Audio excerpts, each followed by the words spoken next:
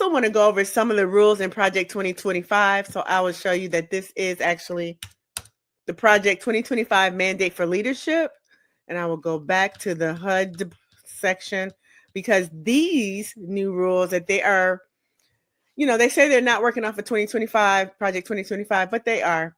So when I go over to these rules for how they want to create housing affordability moving forward as far as how to fund it, some of the changes they want to make are going to make it increasingly impossible for low-income people to be able to afford housing. I don't know how familiar you guys are with FHA, the Federal Housing Administration, and that they provide home mortgage products for first-time buyers, low-income buyers. And normally the down payment is 3%. You get a pretty decent rate because it's the same rate and it's comparable to a conventional rate. Low rate. You do have to pay mortgage insurance, but you only have to put 3% down. They do an extended appraisal and review of the property to make sure it's up to code and in compliance.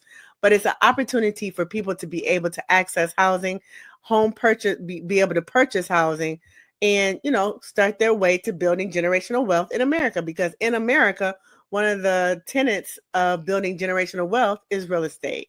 Here in Project 2025, it says FHA leadership should increase the mortgage insurance premium for all products above a 20-year term.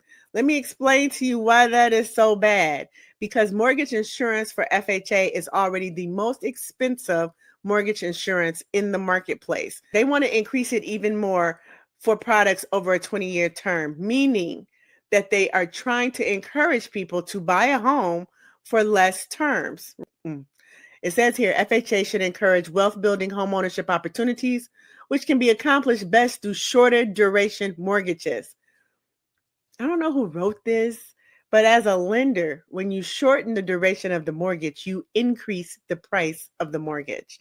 That means that if you're a low-income buyer, a first-time home buyer, and you've budgeted out a certain amount, you're going to be encouraged to purchase less house for a shorter term instead of more house for a longer term, because you will get punished for getting a house on a 30-year mortgage because they're going to increase the mortgage insurance that is mandatory on an FHA mortgage versus trying to push you into a 20-year, 15 or 10-year mortgage. And their theory is that it increases your ability to build wealth because you're now being forced to pay it off sooner.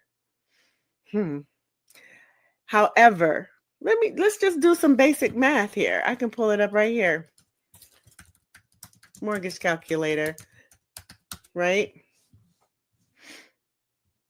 I just want a basic mortgage calculator. So let me give you a great example.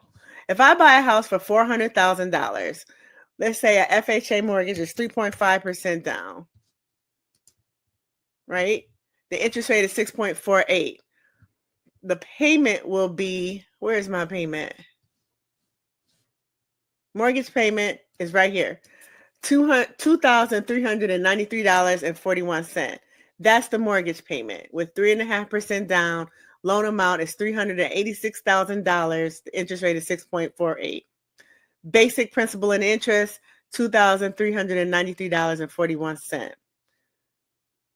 Now, if I change this term from a 30-year to a 20-year,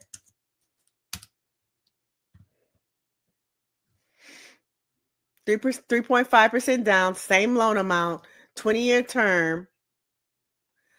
My mortgage payment is $3,409, which means I now cannot afford this house. I am saying to you that this could be such an increase that it would disqualify somebody from being able to afford that home. Now, with this new guidance from Project 2025, they want to encourage people to take shorter terms. FHA should encourage wealth-building homeownership opportunities, which can be accomplished best through shorter duration mortgages. Ideally, Congress would contemplate a fundamental revision of FHA's statutory restrictions of single-family housing mortgage insurance for first-time homebuyers. This would include moving the home equity conversion mortgages programs once again to its own special risk insurance fund, revising loan limit determinations, and providing statutory flexibility for shorter term products that amortize principal earlier and faster.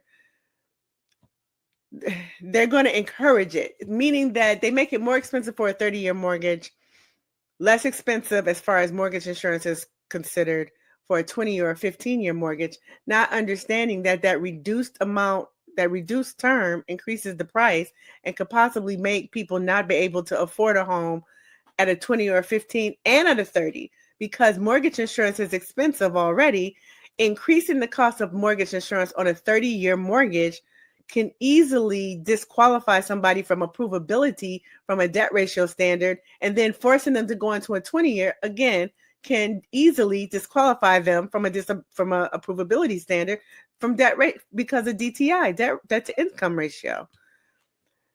It's just not well thought out. It's just not well thought